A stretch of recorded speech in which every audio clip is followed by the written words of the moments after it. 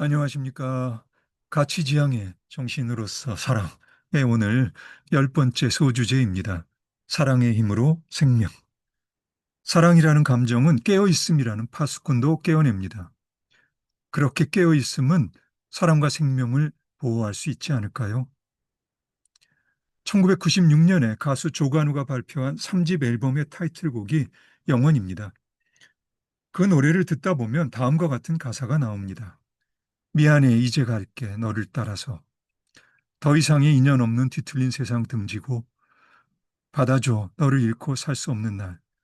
처음부터 내 인생에 넌 마지막 연인이니까. 예, 가사에 담긴 마음은 알겠습니다. 앞에서도 언급했던 영화 슬픔보다 더 슬픈 이야기의 마음과 같은 마음이니까요. 확실히 사랑은 연인으로 하여금 죽음을 선택하게 할 만큼 힘이 센 감정입니다. 하지만 나는 내 주위의 사람들이 이런 사랑을 하길 바라지는 않습니다. 사랑하던 연인이 먼저 세상을 떠나도 사랑의 힘으로 남은 삶들을 씩씩하게 살아갈 수 있는 그런 사랑을 하길 바랍니다. 이런 바람이 이번 소챕터의 주제인 사랑의 힘으로 생명입니다. 오스트리아의 심리학자 지그문트 프로이트는 인간의 심리 깊은 곳을 평생 자신의 연구 주제로 하였습니다. 연구 초반에는 에로스, 사랑에 깊은 관심을 보였는데요. 점점 후반으로 갈수록 그의 연구에 타나토스, 죽음이 짙게 들이우기 시작합니다. 예, 그렇습니다. 프로이트가 본 것처럼 인간의 내면에는 빛과 생명 충동만큼이나 어둠과 죽음 충동이 강력하게 작용합니다. 가수 아니에우는 사랑에 맺힌 것이 많았던 가수였을까요? 임금의 성은을 입은 여인이 임금이 다시 올까 하염없이 기다리다 죽어 꽃이 되었다는 설화를 바탕으로 2020년 능소화란 노래를 발표하는데요. 그 가사에 서슬이 시퍼렇습니다. 나를 잊으셨습니까? 평안하십니까? 어찌 그리하시오? 원통하오. 지옥에서 다시 만나리. 네, 어떠신가요? 기다림과 그리움이 그만 어둠과 죽음이 됩니다. 사랑의 힘이 그만 뒤틀려 원망과 저주가 되고요. 어떻게 할까요? 어떻게 위로할까요? 나로서는 다시 한번 무력감을 통감합니다. 현실은 물론이고 연애물이 공포물이나 폭력 또는 스릴러와 결합되어 전개되는 엄청난 양의 어둠과 죽음 충동의 이야기는 연애학 특강에서 내가 다룰 수 있는 범위를 훌쩍 뛰어넘어 버립니다. 어떻게 하겠습니까? 내가 할 수 있는 범위에서 하는 수밖에는 도리가 없죠.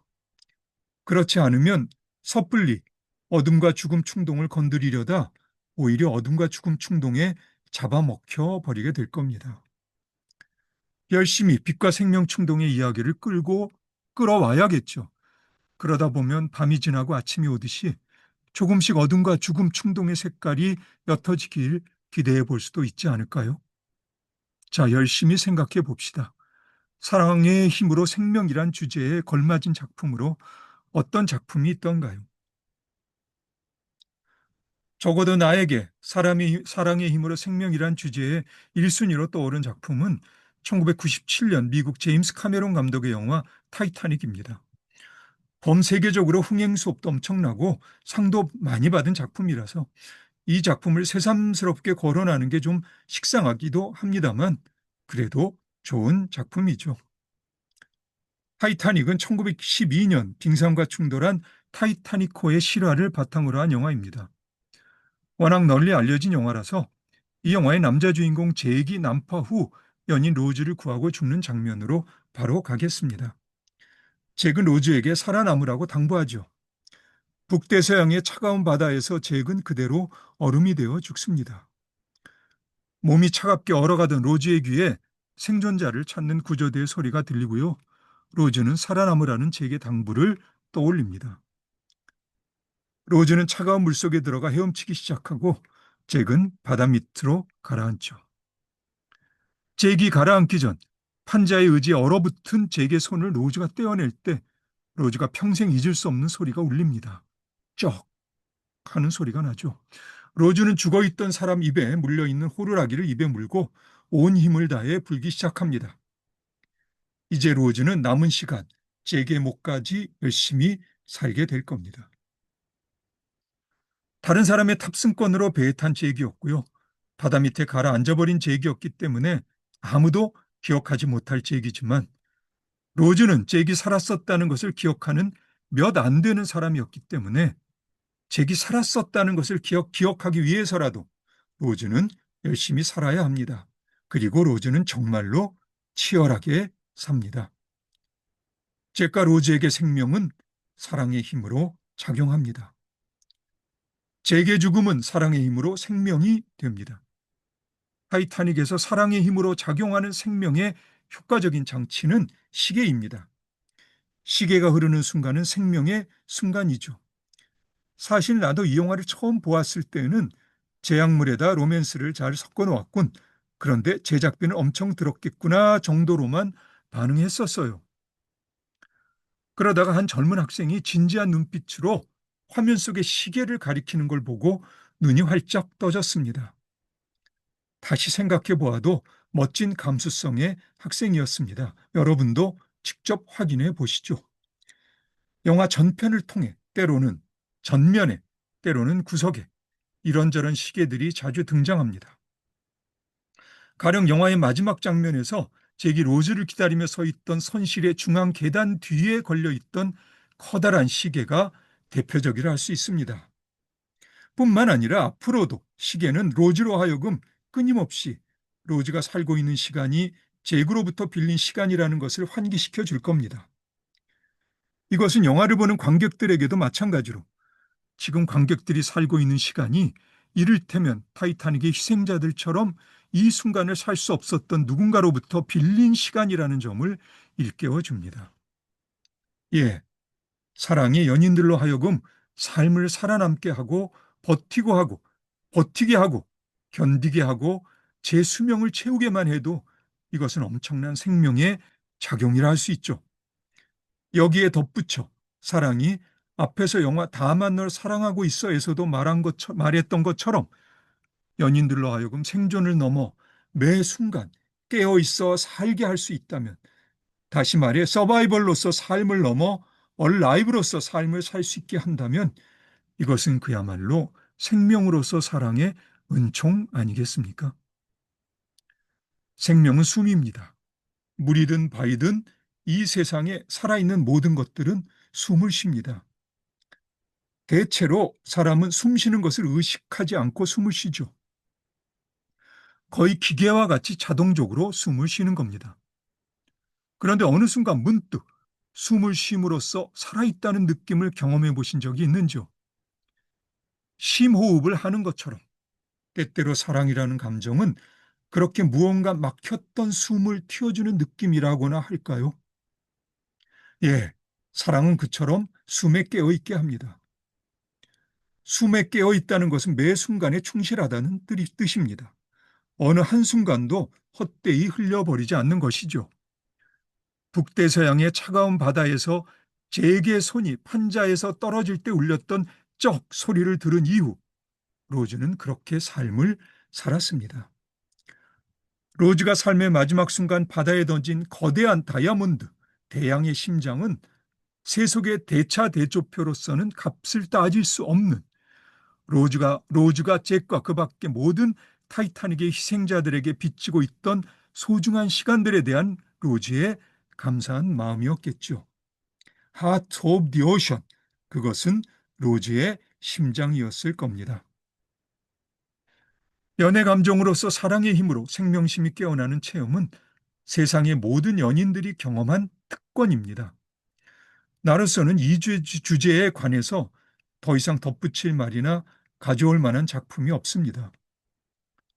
열심히 고민해 보았지만 안예은의 능소화가 워낙 강렬했든지 사랑의 힘으로 생명이란 주제에 어울리는 작품을 떠올리기가 쉽지 않았습니다. 이럴 때 억지로 짜내는 것은 별로 바람직하지 않습니다. 그래서 여기서 그만 마무리하겠습니다. 단지 안예은의 능소화와 관련해서 죽음 충동에 맞선 사랑의 힘으로 생명이란 주제가 사랑의 힘으로 깨어 있음이란 좀 더 구체적인 주제로 전개될 수 있다면 누군가가 쓰게 될 제대로 된 연애학 개론의 핵심적인 의미 영역이 될 겁니다. 안타깝게도 내 역량으로는 한참 미치지 못하는 의미 영역입니다. 부끄럽고도 설레는 마음으로 누군가의 작업을 기다립니다. 그냥 한마디만 더 덧붙일까요? 1923년 레바논 출신의 시인 칼릴 지브란이 예언자란 시집을 펴내는데요. 그 시집에서 사랑은 사랑으로 충분하며 완전하다라고 읊습니다. 예, 그렇습니다.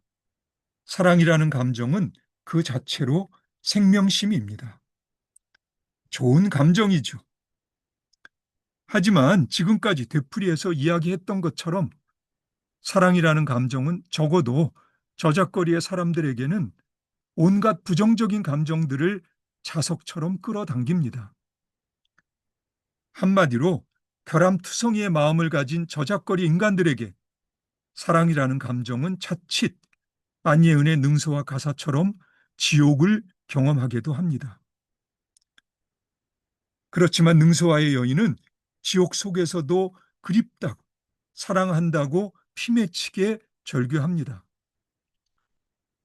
소용돌이 치는 온갖 부정적인 감정들 속에서도 이 여인이 기댈 곳은 사랑이란 감정뿐입니다. 사랑의 감정으로 기다릴 수는 없었던 건가요?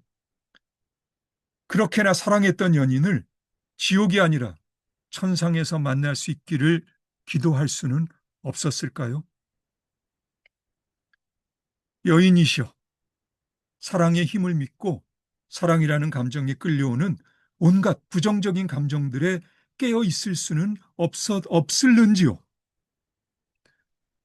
사랑의 힘을 믿고 깨어 있으므로 끌려오는 것에 끌려가지 않을 수 있습니다.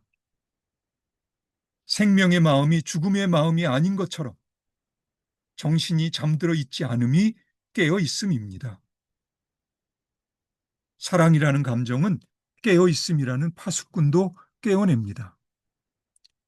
그렇게 깨어 있음은 사랑과 생명을 보호할 수 있지 않을까요? 부끄럽게도 늘 잠들어 있는 처지에서 응서와의 여인처럼 절실한 사랑도 못 해본 주제에 이렇게 중요한 이야기를 사족처럼 덧붙일 수밖에 없어서 정말 미안합니다. 다시 한번 수승한 분들의 연애학 개론에 대한 관심을 부탁드립니다. 연애물에 애정과 관심이 많은 젊은 창조적 재능들에게도 사랑의 힘으로 생명심을 불러일으키는 멋진 작품들을 기대하고 부탁드립니다. 그럼 오늘은 여기까지 하겠습니다. 그리고 우리 다음에 다시 만나서 사랑의 힘으로 내일이란 소주제로 다시 이야기를 계속 이어가도록 합시다. 그럼 오늘 또 수고 많으셨고요. 오늘 여기까지 하겠습니다. 그럼 다음에 다시 봅시다.